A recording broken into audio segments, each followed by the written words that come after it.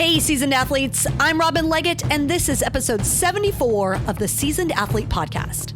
Seasoned Athlete is your home for inspiring stories and motivational advice from competitive athletes representing a wide variety of sports who all share one common bond. They are all over 40 years old. We are here to prove one story at a time that age does not have to prevent you from achieving your bold athletic and fitness goals. If you like what you hear, I would love it if you'd subscribe, share with your friends, and leave a rating and review on Apple Podcasts. And if you really love us, you can support our ability to continue to bring inspirational stories to you by way of either a one-time donation or by becoming a monthly sponsor. Just go to seasonedathlete.me and click on one of the Support Seasoned Athlete buttons to help support this DIY independent podcast. Over the nearly 3 years since I started this podcast, I've had the pleasure and honor of interviewing athletes ranging in age from 40 all the way to 92 years old. Well, I'm excited to say that today, that end number goes up. Yup, we now officially have a new person to earn the distinction of oldest guest to be on the Seasoned Athlete Podcast. But you'd hardly know it by listening to him. Today's guest is the definition of young at heart. And in the midst of all the dark and heavy things going on in our world today, I think we're ready for an honest to goodness, inspiring, feel-good story. Which is why I think the timing couldn't be better to share my interview with Richard Monty Montgomery, a 93-year-old Spartan racer who does not understand the concept of saying no to a challenge. So let's get right to his story. Let's get to know Monty Montgomery. Hi, Monty. Hi, how are you? I'm great. I'm so excited to be talking to you today. Are you ready to drop some seasoned athlete knowledge on our listeners? Oh, I'm ready. Wonderful. You are Richard Monty Montgomery of Fort Lauderdale, Florida. You're a husband, father of 2, grandfather of 8, and great-grandfather of 2. Did I get that right? Sounds about right to me. I'd have to stop and count. We don't have time for that, so we'll just go with it. Okay. You're an Army vet and a retired firefighter, and you're definitely what we would classify around here as a late-in-life athlete. And not just athlete, but I'd even go so far as to say extreme athlete. So let's go over some of these notable stats. Your first triathlon was at age 48. You ran your first marathon at 58. You went skydiving at 75, hang gliding at 89, bungee jumping for your 90th birthday. And now you are doing Spartan races, having completed 4 so far. Is that right? And I did a climb for air the other day for my 93rd birthday. Oh, and you just gave away your age. I was going to ask that, but you did I can't wait to find out about that. And that was just the other day, folks, that he did that. Because I'm 93 and 10 days. 93 and 10 days. Happy birthday, first of all. Thank you. And second of all, you being 93 officially makes you, at this point, the oldest person that I have or am interviewing for Seasoned Athlete. Well, I don't know if I want that record or not. Well, if you're going to have that record, it means that you're living in a way in which you have earned the distinction of being a seasoned athlete at 93. And so I think that's a pretty amazing record to have. Yeah. Well, when I did my bungee jump, I thought I'd be the oldest person, but there was a guy that was 95 that did it. So no kidding. So yeah, it sounds like you actually have some catching up to do then. Yes, I do. You're a little behind when you did that at 90. So let's go back in time a little bit, or quite a bit. When did you start playing sports? And what did your early athletic life look like? Did you play sports at all when you were young, when you were growing up? Well, the only thing that I did, really when I was young was sandlot things, playing football or baseball or something. Just a bunch of guys would get together, and if somebody had a baseball bat or somebody had a football, we'd just get together. But no organized sports of any sort, and not even in high school. I went out for the football team, which was about the only sport they had, and they never gave me a chance to show what I could do, so I finally quit. But I really got into, I guess you would call it sports, because I got into the swimming. And I used to love the water, and I swam a lot. And then there was I lived in Norfolk, and one of the former Olympic swimmers said that he was going to drink one martini and swim all the way across the bay there, Hampton Roads, which I didn't think it was that far. And I said something to the guys I worked with that, well, that's no big deal. I can do that. And so they, oh yeah, Monty, sure you can. So I thought, I'll go ahead and do it. So I give him a little head start, and I swam the whole way. I don't think he even made it. But then that was not really a competition or anything, but it sort of got me interested. And then when I moved to Florida and got interested in spearfishing, I found out that they had these contests for spearfishing. And so I entered myself into a lot of spearfishing contests. Over the years, I must have been in about 20 of them. And that was the real, competition with other people that I was in. And when I got on the fire department, one of my friends asked me to go to the park and go running with him. And pretty soon we were running a little further each day. And he said, let's do a 10K. And I thought, I don't know if I could ever do that. But that was the beginning of my little running career that I had. And I did a whole lot of 10Ks. And then I decided, since I was a pretty good swimmer, why not try the triathlons? And then I got into triathlons. And I never made any great strides, except I did win first place one time. But it was kind of funny because 3 of us from the fire department were in this triathlon, and each of us got first place in our age group. And the only reason that I got first place is because it was the oldest age group that I had ever entered. It was 50 and over. And the funny thing is, I'm doing pretty good. I thought I passed a lot of people and so forth. And we're getting near the finish line. And there's this guy in front of me, and he's got gray hair. And I thought, oh no. And I just gave it everything I had for that last couple 100 yards. I was at the point where I went over the finish line that I had to dry heaves. I couldn't get my breath or anything else, but I beat him. Then I found out he was only in his 40s. It's kind of funny. And I'm a competitive Spartan racer. And so you don't know all the time who's in your age group, and you make assumptions, right? No, and so that's very true. Yeah. Some people look old when they're in their 30s, and other people look young in their 70s and 60s, Yeah. And so I guess the moral of that story is pass everybody. Right. Don't judge a book by its cover. Yeah. Pass every book.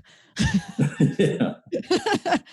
But that just shows your competitive drive, that you were so close to the end of the race and you're like, this guy could be a competitor of mine. I'm going to get him. Yeah. Well, I hadn't been that close to winning anything before. Right? I thought I'd just want to be able to finish it. But here's my chance, and I wasn't going to give it up. That's right. And you earned that win for sure. Yep. So you started, it seems like you were always active. Like in some way or another, you were always active, and you're also in active professions. Can you talk about how what you did for work might have played into how you are living an active lifestyle now? Well, for most of my life until I got on the fire department, I was a baby photographer. No kidding. Yep. And that was one of the toughest jobs I ever had. I mean, I imagine. You keep up with 2-year-olds and get them to sit still and keep the mother out of the picture, and carry all that equipment up 2 or 3 stories and set it all up. You stay in pretty good shape. Yeah, that's a much more physical job than people probably think it is. Oh, it is that. More so than the fire department. I mean, the fire department, you might be sitting around doing nothing for hours, and then suddenly you're using every bit of energy you have and all the fear that you have within 1 hour, Right. That's like interval training. Like you're resting right. and then you're really going. Exactly. Yeah.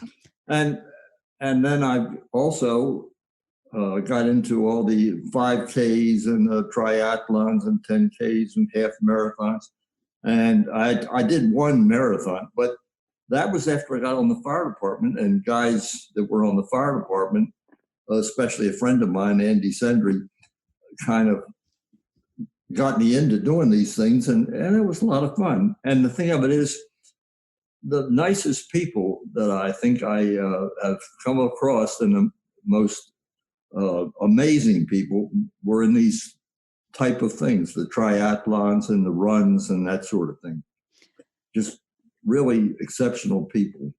Yeah, and that's something I hear quite a bit, and I experience it too because I do all these runs, I do Spartan races, and you made two really interesting points there that I think could be a benefit to the listeners. And number one is sometimes it's not our idea to go do a race. Sometimes it's somebody else's idea. Sometimes it's family, friends, coworkers, and it's fun to do these things with others.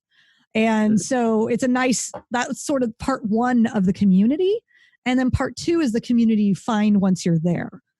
And that's what keeps you doing it, because it's true. And the people on my podcast have said it over and over again, that sporting communities are some of the best communities you'll ever encounter. Can you speak a little more to what you've experienced in those communities? Well, I think more or less what I said, that some of the most amazing people that I meet, like Amber. Mm-hmm. And Amber, for our listeners, Amber, we're talking about Amber Klein, who is involved with Spartan Race, and many people in the Spartan Race community know her, and she's an excellent example of someone in these communities that really just gives to people. But then again, the group called the Enduring Warriors, you familiar with them? Yeah, Operation Enduring Warrior, right? Exactly. Those guys, I mean, you get people with one arm, one leg, no legs, but they're still out there and they're doing the whole Spartan race. And they're just unbelievable. I mean, it's hard to imagine how much effort and stuff that they must put into it to be able to do one of these Spartan races with the handicaps. And I don't know why. I think they sort of adopted me because they didn't think anybody my age would be out there, right? But they were helping me, and here they're, like I said, one leg, one arm, no legs, and they were assisting me in a couple of the challenges along the way, some of the obstacles. Yeah, and I remember the rings, and I started doing the rings, and I just couldn't do it. They said, "You're going to do it, Monty," and they all got down and leaned over and made me crawl over top. So, yeah, I saw that you ran with them, and I think that's really cool, and I want to talk about that some more.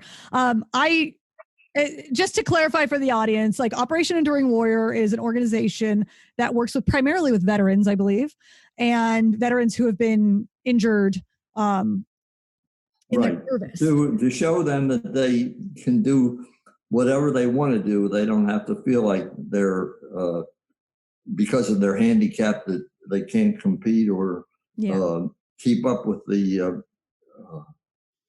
jobs and so forth that are available to them. Yeah. And so it's a great confidence builder, and it's very inspiring. I once ran a Spartan race during the para elite competition. So these were all the para athletes that many of them were missing arms and legs, and they were in teams on the course. And I remember running by a group, and just knee-jerk reaction for me is to tell people good job. And so I was running by them. I said, "Good job, guys." And they said, "Don't tell us good job. Tell us to keep going." And so that's what they're all about. Like they don't, there's no patronizing or anything. And that's not what I was trying to do, but they just like, tell us to push, because we're here to push. And so they do. Yeah. And so they've taken you under their wing. Have you run all your Spartan races with them? Yes. Yeah. Well, no, wait a minute. I take back the first one. My wife had a hip replacement, and there was a physical therapist here at the house to help her. And I was out back trying to do some pull-ups. And she asked my wife what I was doing. And my wife says, oh, he wants to get in this Spartan thing. She said, I do those. She says, I'll go with him. So she went with me the whole route, more or less like Amber did in the last race that I was in. But I mean, not to really help me physically, but to be with me. And I guess they figured, well, the old fart might drop dead. Yeah, just make sure you're okay while you're out there doing it. Yeah. I think it's their maternal instinct. Sure. So what was it about Spartan Race that made you decide that you wanted to do something like that?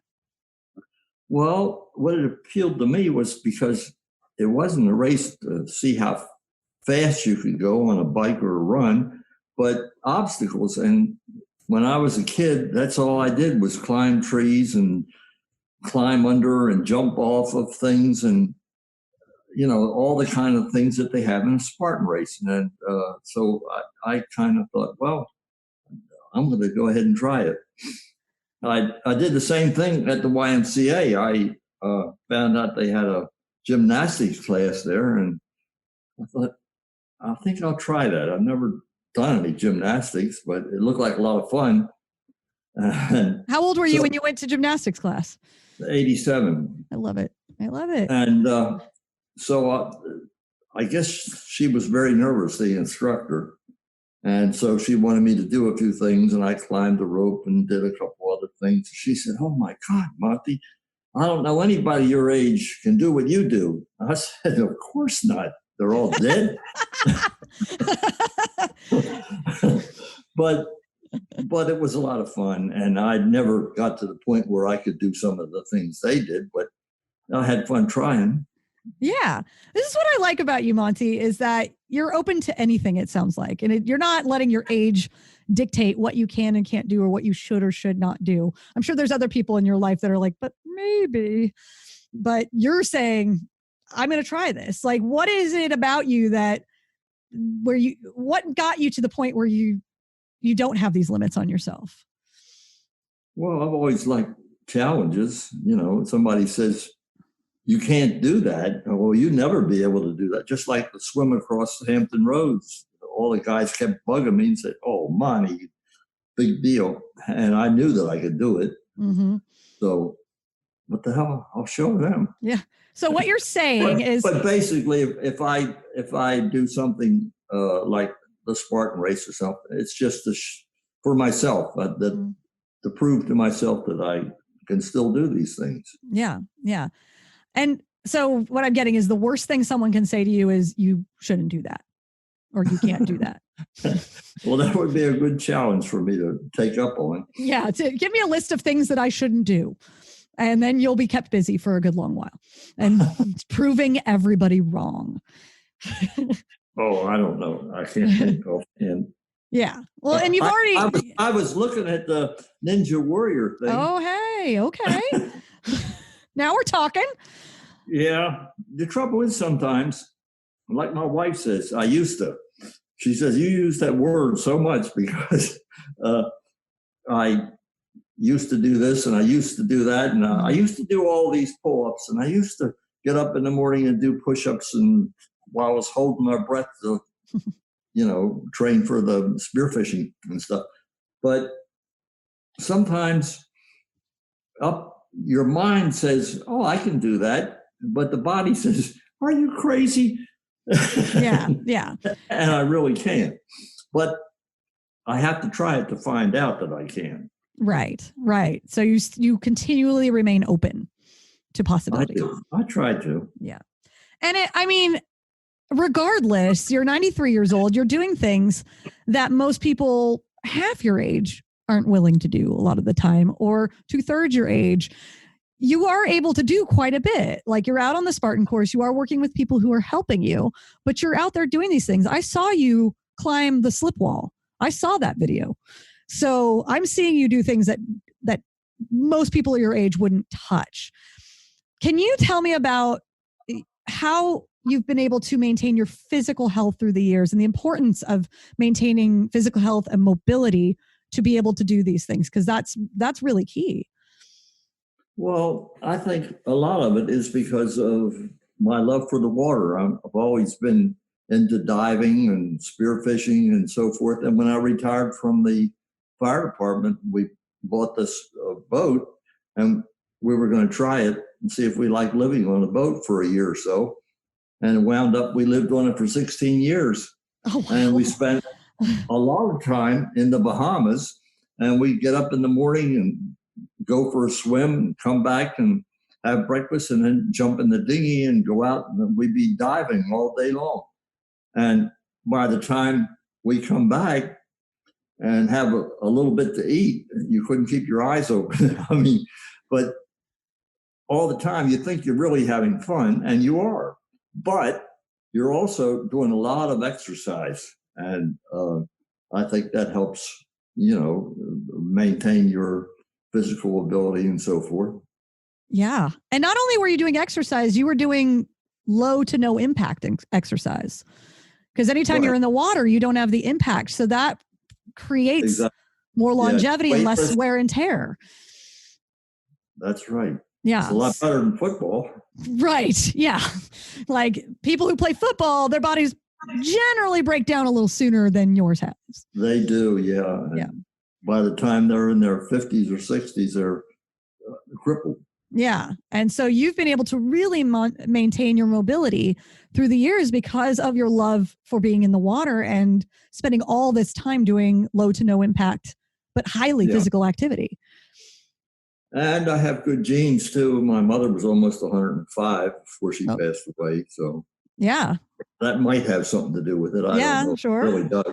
Could play a role, but I definitely think just living an active lifestyle and low impact activity. And if that's a big takeaway for the audience who wants to maintain longevity and mobility through their 90s. Taking up something like swimming can play a big role because it's minimizing impact on your joints. Well, swimming too, you use most every muscle in your body, really. Mm-hmm. I mean, but at the same time, you're not overstressing any particular part of your body, except maybe your shoulders or arms. Right. Yeah. So, that's amazing that's played such a role, and it explains a lot about how you're able to then do some more high impact activities as you've aged. All of these people so excited about my age because I never even think about it. Right. It's not a big deal to you. Well, I just keep doing the same things that I've always done. Right. It isn't like I just started out suddenly and decided to become some kind of an athlete or anything of that sort. Yeah. I'll tell you what people connect with. And especially when I read your bio and it talked about all the things I mentioned in the beginning of the interview that, your first triathlon, you were 48. Some people listening aren't there yet and maybe haven't done anything. And so people have a mindset that like, oh, well, I should have started this when I was much younger. I can't do it now. But your story says it's not too late. You can start when you're almost 50. You can be skydiving at 75. You could be hang gliding at 89 and bungee jumping at 90 and so on and so on. Even if you haven't been doing this stuff your whole life, that it's never too late to get started. And so I think that's what people connect with when they hear your story. It's like, oh, this inspires me if I have never done any of this to maybe start doing it now. Yeah, there's no reason not to. It's like a Chinese, what's his name? Said Confucius. To start a 1,000-mile journey, one must take first step. Absolutely. And the same way with anything else, even triathlon or spearfishing or Spartan, anything. You start out as a beginner, and you don't start out as a top athlete, or you don't start out being completely in shape. It takes a little while, but the fun of it is getting in shape and finding a lot of other people that there may be a lot younger than you, but they're interested in doing the same thing, and there's a camaraderie there. Yeah, and that's the hook. That's what keeps you going and keeps you doing it. But very wise words that, I think so many people have an expectation that they want to be the best at something right away. And you have to take the steps and you have to take the time and be patient with yourself. And That's eventually right. you'll get there. But everything is within our reach if we are willing to take those steps. Well, that's pretty true. Yeah. So let's go back in time. I want to know what was, and hopefully we're looking back on a lot of years here, but what was your worst race or event or just your worst day or hardest day, whether it was racing or competing, the worst or the hardest event you did? Well, the hardest, I really don't know which was the hardest. The one that I was most disappointed in was, we'll go with that. Telling my wife, I was in the spearfishing contest and my fish and the team from the other guy from the other team had another fish and they weighed it out on the reef. There was a place out there on the boat they could weigh it, and both fish weighed exactly the same. And so they said, well, we'll take it into town and we'll weigh it on a more accurate scale and see whose fish was the largest for first place. Well, I guess he put his fish in the ice box and it was full of water and ice and stuff, whereas mine was drying out. So when we got there, his must have weighed about a tenth of an ounce more. Well, being a good sport, I wasn't going to argue with him or anything. So I thought, well, I'll get second place anyway. So, all right, they're giving out the awards, and the guy gets first place, and he gets a trip to South America. And then second place, and the guy hands me a keychain. And I thought, is this what I get for second place? For a tenth of an ounce? Oh, man. That's just insulting. Yeah, I couldn't believe it. But, I mean, I wasn't going to make a big fuss about it. I didn't want to seem like a bad loser or anything. Right. What did Even if it was. You were, deep down inside, but just not outwardly. What did you learn from that moment? Was there like a takeaway that you learned from that moment? Other than put your fish in water? Yeah, I think you hit the nail on the head. Like, everything's got strategy, right? And sometimes that's true. Including that. I was even showing somebody over at you said you saw that picture of me climbing that slope, Yeah. But there's a technique there, and just the way you hold the rope. And there was a guy there, it looked like he was all muscles, and he was having a heck of a time. And I said, if you don't mind me showing you something, I said, I think I could help you. He said, sure, go ahead. And I said, look, take your hand this way and pull the rope. And I said, I've had pull up a lot of anchor ropes, and I can tell you it's a lot easier to do. He grabbed the rope right up the top. But before that, he was having a very difficult time. So sometimes your life skills can play a role. And, certainly. I think there's a lot of techniques and a lot of thought goes into some of these things. It's not just brute strength. It's absolutely. Technique. If you learn the technique, it saves you energy. Well, I've climbed a lot of ladders on the fire department, and we had obstacle courses that we went through, with the fire department stuff. And as a child, that's all I did was climb and jump and, compete with other kids. So perhaps I learned a lot myself along the way. And of course, as far as boating, that helped me a lot with pulling climbing ropes and so forth. So in some ways, you've been training your whole life for Spartan Race. Well, I may have been, but I didn't realize it. You just didn't know it. So That's another takeaway. Just the things we do in our lives play a role in the competitive goals that we want to accomplish. We just don't always know it. That's very true. Yeah. I believe that.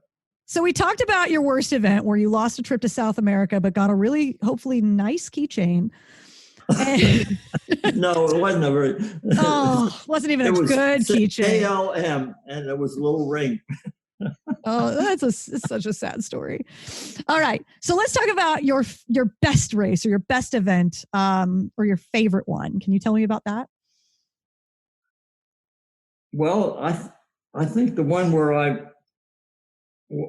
beat the gray-haired 40-year-old guy in the triathlon. The young silver fox. Yeah, that was the only triathlon that I ever won. I would get in them and I'd want to see what I could do and see if I could improve, but not many chances of me, winning. And in fact, most of them, when they first started out, was like under 35 and over 35. And finally, they got to the point where they did have older age groups.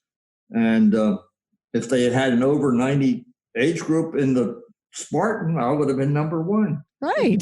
The one of one. Some were dead. Yeah, the rest were dead. Or just not showing up that day. But yeah, you would probably be one of one. Yeah, hopefully not for long. Hopefully someone listening to this interview will be inspired and then you'll have some competition out there. Oh boy. I'm looking forward to it. Yeah. So let's talk about challenges you face. You're 93 years old.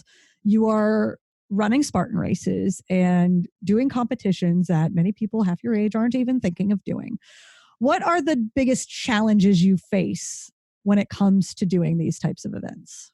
Well, actually, the biggest challenge is the fact of my age, because no matter how hard I work out, by the time you're over 60, according to the doctor, you've already lost about 20% of your muscle mass. Yeah. And then you're unable to improve, to actually gain muscle.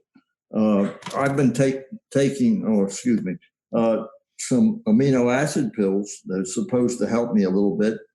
And I keep working at it. And my doctor said that I did gain 4 pounds of muscle. So okay, it must help a little bit. Yeah. But basically anybody, as they get older, they have a problem, no matter how much enthusiasm they have a difficulty gaining muscle. Mm-hmm. And that's a disadvantage.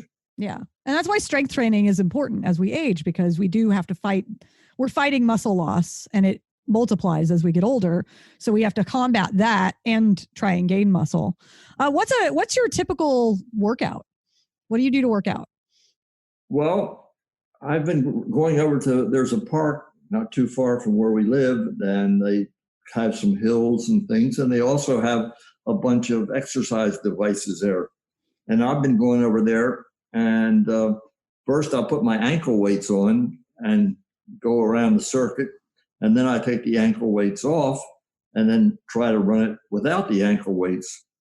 And then I go over to the exercise. Well, there's a couple bars that I can try to practice pull-ups, or lay down and do half pull-ups, like laying on the ground and pulling up, and chin-ups. And then there are a couple of machines there that be hard to describe, but one that you push forward and pull backwards, which I figured, well, that would be really good for pull-ups and push-ups, because I'm doing that exercise. And I worked on that thing really hard one day. I thought, boy, I'll be sore tomorrow. And I thought when I woke up that my arms would be sore. Instead, my stomach muscles were really sore. You must have been tightening your core the whole time. Yeah. So it's really good for the whole system. Yeah. But I didn't realize it when I was using the machine. So yeah, you're doing strength training, you're adding ankle weights to your cardio. And then in between, and I forgot, in between I go to the Y, and they have a class there. It's called boot camp. Okay. And it's a pretty exhausting class. And I took it because it was sort of fit in with trying to be ready for the Spartan race. And we do a little running and different exercise with weights, sometime without weights, and so forth. And it's a pretty good course. In fact, most of the girls there and it's 90% girls. I think there's only 2 other guys in the class, and they make me look like a wimp. I keep telling them, any of you could get in the Spartan class and do that race, but people in their minds think that they can't do it. And well, yeah, that's what we're trying. You and I are trying to fight that, and we're trying to get more people to believe in themselves. As a matter of fact, yesterday when I was over at the park, there was a lady there on a bike, and she had stopped and she was trying to take a selfie of herself. And I said, "Do you want me to take that for you? I can stand by and take it." She said, "Oh, thank you." So I took a picture of her, and I said, "Are you training for something?" She said, "No, I'm out here. I just want to lose some weight and so forth." And I said, "Well, I'm over here trying to train for the Spartan race." And I got to talking to her, and she said, "Oh, I could never do that." Oh, that makes me crazy. I said, "You don't think you can do it, but you can." I said, "First of all, you don't have to do everything that's there, and you don't have to do it on your own." The very first obstacle that I did in the first Spartan race that I did, I went over the 6-foot barrier, and then there was a 10-foot barrier, and I was trying to get over it. And a guy came out and he says, "Here, let me help you." And I said, No, it won't count if you help me, because I didn't realize that, it's fine. That everybody helped everybody. Yeah. And so I was telling her, and I think she's kind of interested. Maybe she'll show up the next time. Nice. At the next Spartan race. Monty, I love that you're out recruiting for races everywhere you go. You are the best ambassador. Yeah. Well, I don't want to recruit too many of them. I mean, Spartans get too damn rich with all these thousands of people that are paying at least $100 a piece to get on there. You don't want it to go to their heads. You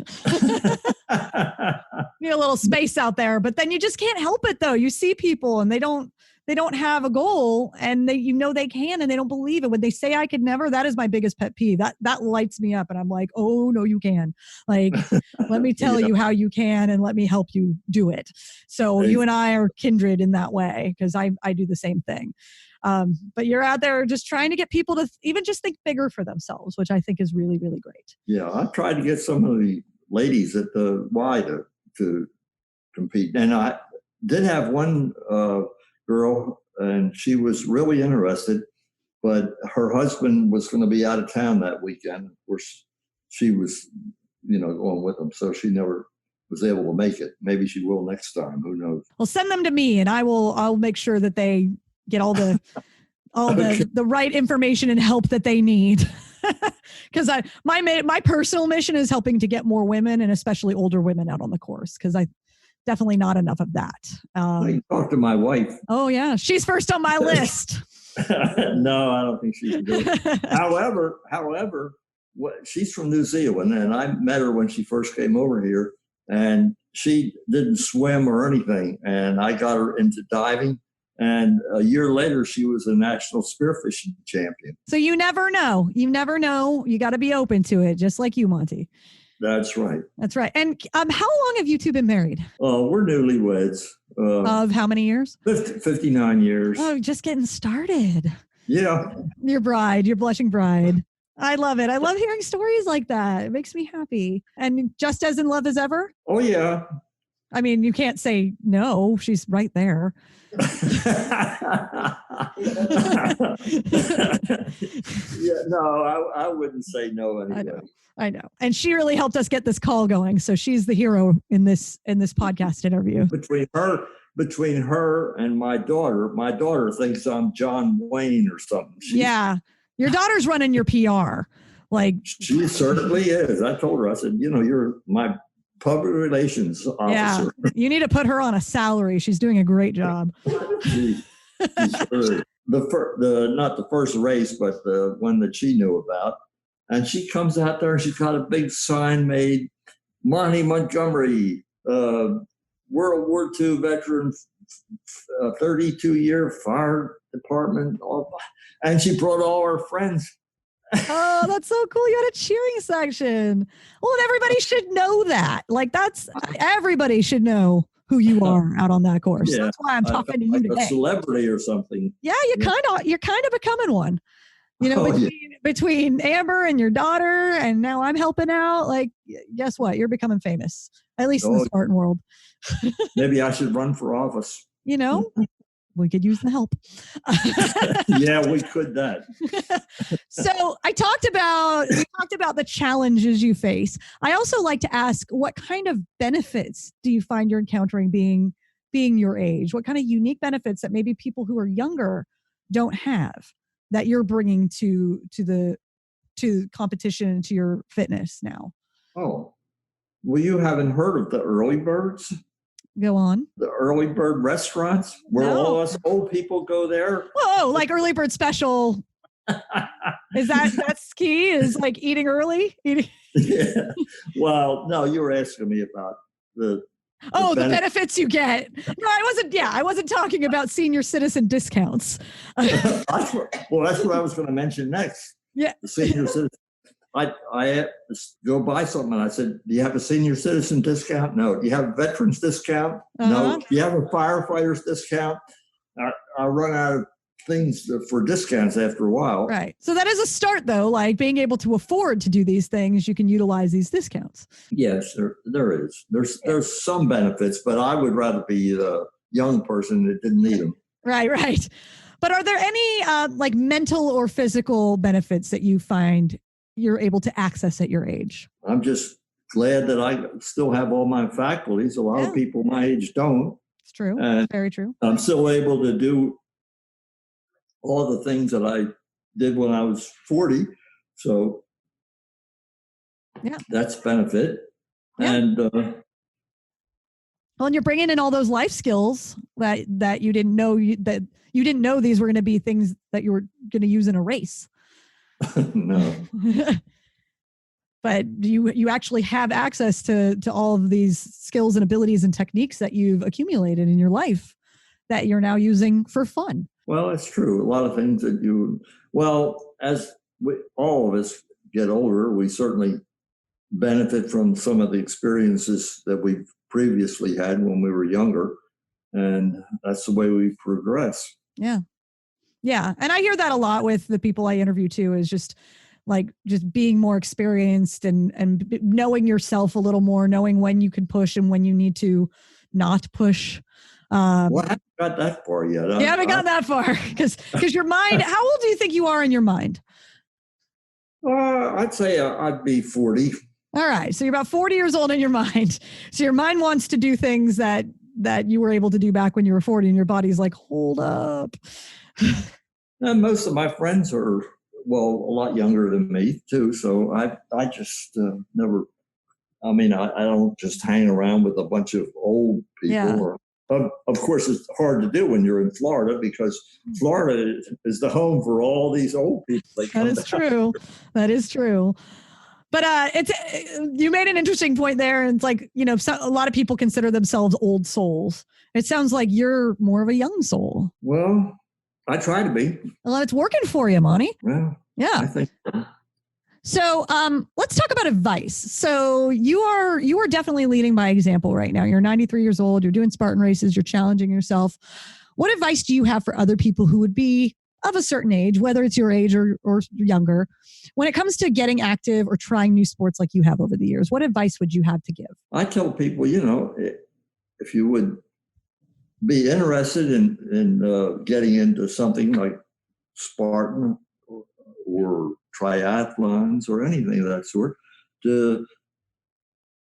maybe you can find some other people that are just as interested in you, and you're not going to start out and make any records, but if you have a lot of fun running together or swimming together or something of that sort, you can start a little competition between you and your friends, and you'll be getting better and better. And then if you want to try something like the Spartan Race or anything else, go ahead and try it and find out what it's like. And then the next time you'll know more or less how to train or what things you need some help in other words.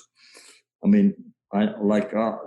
I did real bad on the rope climb and stuff the last time. So I haven't been climbing the rope, but I've been trying to do exercise to help. The funny thing is, when I was on the fire department, there was, we had the firefighter Olympics, and we have all different kind of sports there. We have triathlons and swimming races and 10Ks and you name it, And I used to get into the rope climbing where you had to climb 20 feet and hit the bell there. And you couldn't use your feet. You sat on the ground, you had to go up. And I would train for it as well as I thought I could. And these two guys would always beat me. And so this one year I thought, what I'm going to do, I'll bring my weight belt and put it on when I practice, and then climb the rope, with the extra weight on and see if it's going to help. So comes time for the Olympics and I'm in there for the rope climb. And this guy that always beats me goes up first. And then I climbed it and hit the belt. And they said that my time was better than his. I got second place. Later Hopefully not a keychain. No, that was just for the Olympics. But the funny thing is, I saw him a little bit later, and he had the thing on video, and he's sitting there with his watch, watching him climb and watching me climb and looking at his watch. He just couldn't believe that I finally beat him. And I got such a big kick out of it. So yeah, you can. You've done it. I wish I could do it now. But the point you made is like, when you go out and you do these races, you don't expect perfection at the first go. You're going to miss some things. But when you leave that race, you know exactly what you need to work on.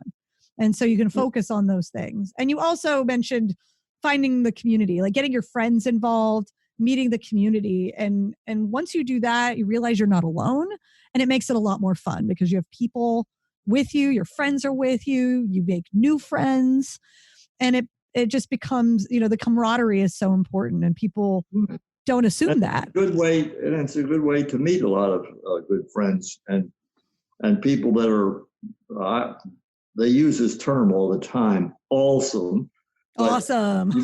Yeah, but you do meet a lot of people that are exceptional and above average, I would say. Yeah. And these are the people that are not going to be the ones that are going to say, you know what, Monty, you're too old, you shouldn't do this. Like, none of them will say that to you. They are all going to cheer you on and encourage you to do it. And that's why it's such a great community. I agree. I get out there and do nothing and they still cheer me on. Right? You got a cheering section and a sign and everything. Oh, I do. Yeah. And you're getting on podcasts and all of that. So, Monty, what are your athletic goals for the future? I know races are kind of on hold for the moment, unfortunately, but... Well, I have one up in Boca. Okay. No, I don't think they're going to happen. It's probably not happening. My wife said that they're going to cancel that one, but well, not cancel. it would only Postpone. be postponed, so sooner or later. And I've been... trying to train for that. In fact, I was out at the park yesterday and I'm running and doing some exercise. And I would be today, but I've been trying to clean up my office. It's, people that have an office like mine are normal people. But people that have an office that's all neat and clean and everything's in place, they have a sick mind. You just validated my whole life, Monty. I'm in my office right now. There's shoes on the door and like trash not trash, but like I know it's my project too. Well, I want to clean my office too because we're all stuck in our houses. So, but I get it. We're normal people. Clutter is, that's right. I like that they're sick people if they're beautiful, clean offices. Monty has spoken. I've been trying to clean that office and I got 3 different books that I've been trying to look at, and I've got probably 10 pages in each one, and then trying to get out and do some exercise between going to doctors or going to some meetings or things of that sort. It seems like everything interferes with what you want to do. Yeah, unfortunately. Well, and especially right now, unfortunately. Yeah. Yeah. But just thinking ahead, like, what is there a new thing that you want to accomplish? Have you thought, like, here's the thing I haven't done yet? Maybe I want to do that. Ninja Warrior is one of them. Yeah. That's what I was going to say, the Ninja Warrior. I'm not sure whether I might try that or not, but it's in the back of my mind, and I haven't seen anything on the television about it lately. So they probably have a circuit that they go on, starting at a certain time of the year. Yeah. You have to submit a video. It was based on my understanding. You have to submit an audition, and everybody who's on it has to submit an audition video. Oh. But I know right now they're on hold because of the coronavirus stuff. So you have time, that you've been given. Or it sounds like you're thinking about it. I'm aware. Everybody tells me I should do it. And so it's on my radar. And I also know I've interviewed Ninja Warriors on my show, and I interviewed a Ninja Warrior in her 60s. So you never know. But I think if you submitted a video, they'd put you on the show. So I hope so. Yeah. But anyway, they used to have a program called the Fear Factor. Oh, and yeah. I applied for that. And they interviewed me and everything. But I think they were afraid because of my age. I was close to 70 at the time, which I was only a kid. Right. But that's nothing. They never called me. So the irony there is that the Fear Factor people got scared. That's right. Think about that for a second. You weren't scared. They were. Everything you do nowadays, there's lawyers involved, and they don't want anybody to get hurt or be sued, So it makes it tough. Yeah. I'm surprised with Spartan, but at least when you do Spartan, you sign a waiver and everything. So and the same way when I did took the gymnastics class, they said, "Oh yeah, you better sign this waiver." Yeah. You're signing all the waivers. But then you get to do stuff, and it's cool when you get to do stuff. Yeah, right. Absolutely. So Monty, before we wrap up, if you could leave us with one parting piece of wisdom, what would that be? Just live life as full as you can. Simple and to the point. And you're doing it. And you're living by example. I'm trying. You are. You're not just trying, you're doing it.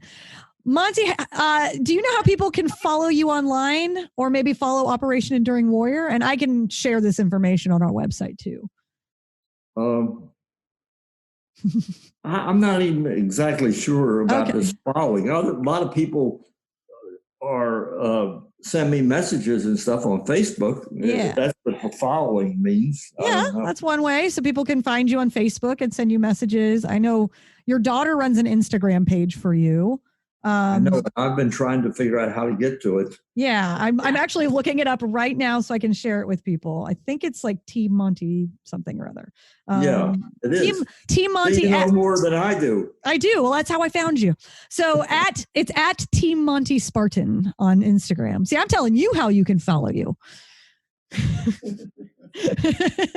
At Team Monty Spartan on Instagram, and I will share information in the show notes for this episode about Operation Enduring Warrior as well, because it's a great organization and it is. And I love that they really are a really great organization, and those guys, they do so much, and I just couldn't believe it when they even wanted me to be part of their group. Yeah. Well, you belong with them, and you're all a team, and you all are doing amazing things on the course together. And I'm so excited that you're out there, and hopefully, I'm West Coast, you're East Coast.